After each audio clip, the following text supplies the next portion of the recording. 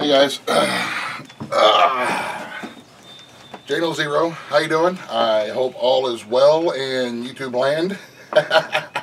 Whatever part of the world that you are in. It's been a few days since I put out any videos, so I figured we'd sit down and hang out for a second, do a little coffee chat, and answer a couple of questions that I get quite frequently. Oh, holy crap. I love that coffee. Yeah, it's got cream sugar in it now. Good stuff. Which is one of the questions that I get quite often.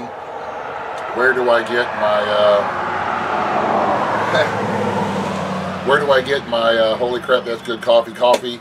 My favorite coffee that I get is from odysseycoffee.com. I will leave a link in the description box, and you can go and check it out. It's excellent coffee, and it's an excellent little company. It's a small company run by a really good dude, and you know, and it's he's got good stuff. So anyway, and nextly, what does my hat say? My hat says Rankins Creek Rabbit Tree. My good friend and sister Giovanna Smith, who runs NorthTexasTees.com, and I'll leave a link to that. She made these up and sent them to me. Made me a couple of these Rankins Creek Rabbit Tree hats. I love them. And that's my new hat. So because that's what we call our little rabbitry, the Rankins Creek Rabbitry, and we're in the process of getting our rabbitry registered because we have several different breeds of pedigree rabbits and so on. So just another place where we can advertise those when we go to shows and you know, when we're selling bunnies and so on. So and then we stopped to answer the phone. Alrighty. Where were we at? What was we talking about? Was we talking something about chicken? No? I don't know. Okay. Yeah, it was not had a whole lot going on around here, y'all.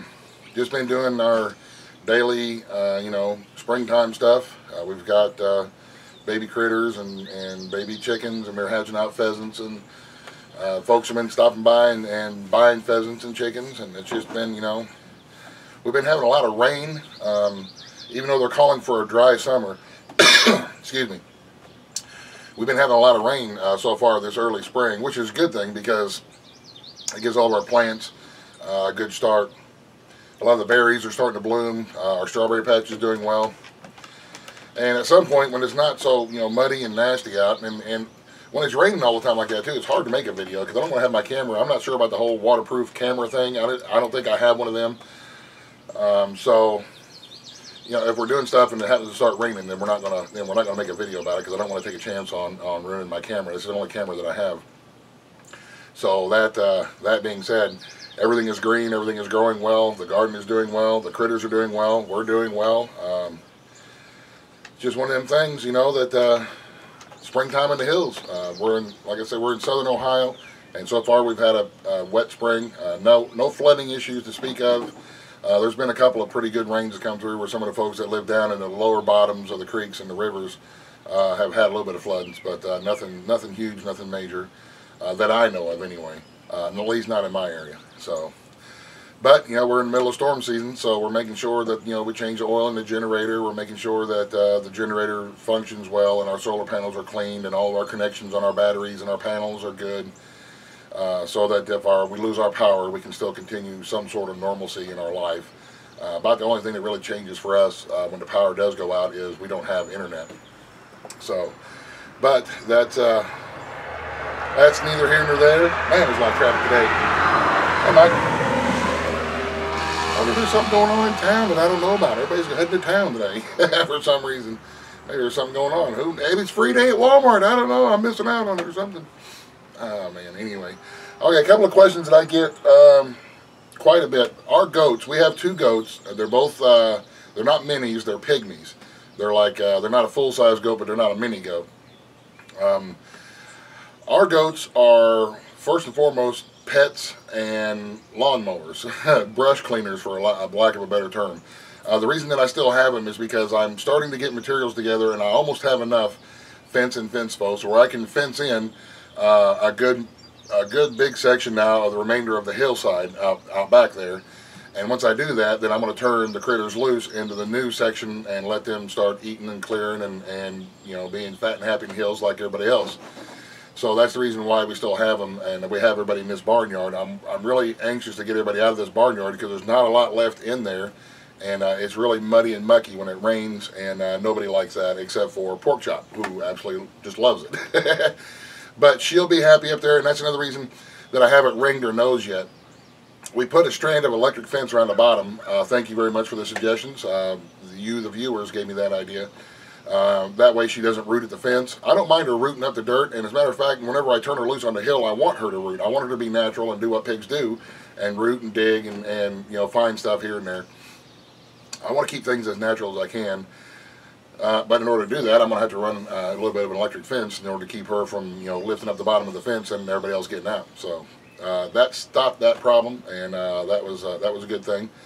I didn't make a video about that. We, you know, like I said, we've just been doing little improvement things here and there. We put a vent fan in the pantry because it was getting warm, and I don't want to take a chance on the pantry getting too warm, so we put a vent fan in there to kind of move some of the air up and out. Just little things like that. We're going to be working on some floors inside the house. I'm waiting on my buddy Greg, Mr. Moving On, to show up. One of them days, a lot of traffic on the creek, and I don't know why. But a little too much traffic for my likings. But I know some of y'all deal with a lot of traffic, but we don't usually have a whole lot of traffic out here on the creek. But anyway, once my buddy shows up, we're going to work on some floors. He's going to help me do some floor stuff because he's a much better builder than I am. And but getting back to the goats, they're lawnmowers and they're brush cleaners, and I figured that'd take them a couple of years to get that up there good and cleaned out and ready for some other kind of use once we see what we can do with it. We don't do dairy goats. I don't milk my goats. We don't breed the goats. I don't do dairy goats because I don't like goat's milk. A lot of people love it, and a lot of people, you know, they love goat milk and goat cheese, and man, that's great. I don't. I'm not a big fan of it. Big fan of goat's milk or goat cheese. So, you know, I look at it like a garden. I'm not going to raise things and do things just because I can. If we don't eat them, like radishes, you know, radishes only take, what, 28 days or something? And you got radishes. But I don't like radishes, so I don't plant them because why grow them if I'm not going to eat them? Yeah, we can use them for animal feed, but we got other things that we use for animal feed, so there's no sense in taking up that space. And it'd be the same thing with milking dairy goats. We can milk them twice a day, and eventually we'd have all this milk laying around that nobody's going to drink or do anything with. We could feed it to Pork Chop, but to me, it's just not something that I want to do. If it ever comes down to it, we have bad storms or something where we're stuck out here on the creek for a while. We have a family just down the creek a ways that's got a big dairy, you know, and it's run by like the greatest dude ever, man, by the greatest family ever. And I am just absolutely sure that if something happened and we needed some milk or we needed some resources from down there, I could go down there and work and trade some labor or trade something that we have for some milk from their dairy. Because I don't have enough room for you know, to run any kind of cattle either.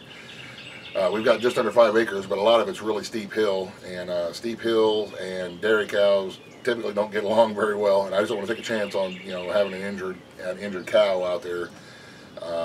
And plus, cows take a lot of resources that I just don't have, and so maybe in the future when we can afford to get one of those small ones, we will. But right now, I just don't see the need for it because, you know, we've got a big dairy herd just down the creek. It's within walking distance. So if worse comes to worse, we could get some milk from down there.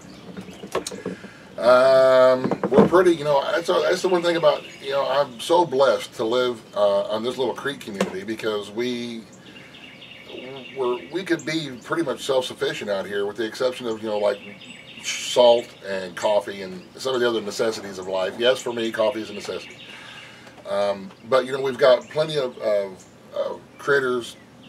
Once I get the insemination of Pork Chop down, I'll be raising pork. We got beef at both ends of the creek. We got a dairy. We've got plenty of hay fields that we can turn into large community gardens. And some of the elders have already mentioned the fact that if something does go wrong and things get really tough, you know, with the economy or with storm season or whatever, that these hay fields we can turn them into, you know, bean fields and corn fields and stuff like that, where everybody can, you know, kind of take care of each other. So another reason why I'm looking to raise hogs is because, you know, somebody needs to, and so that'll be me. I can put a section back there for a hog lot to where we can grow them out, and that'll be a good thing.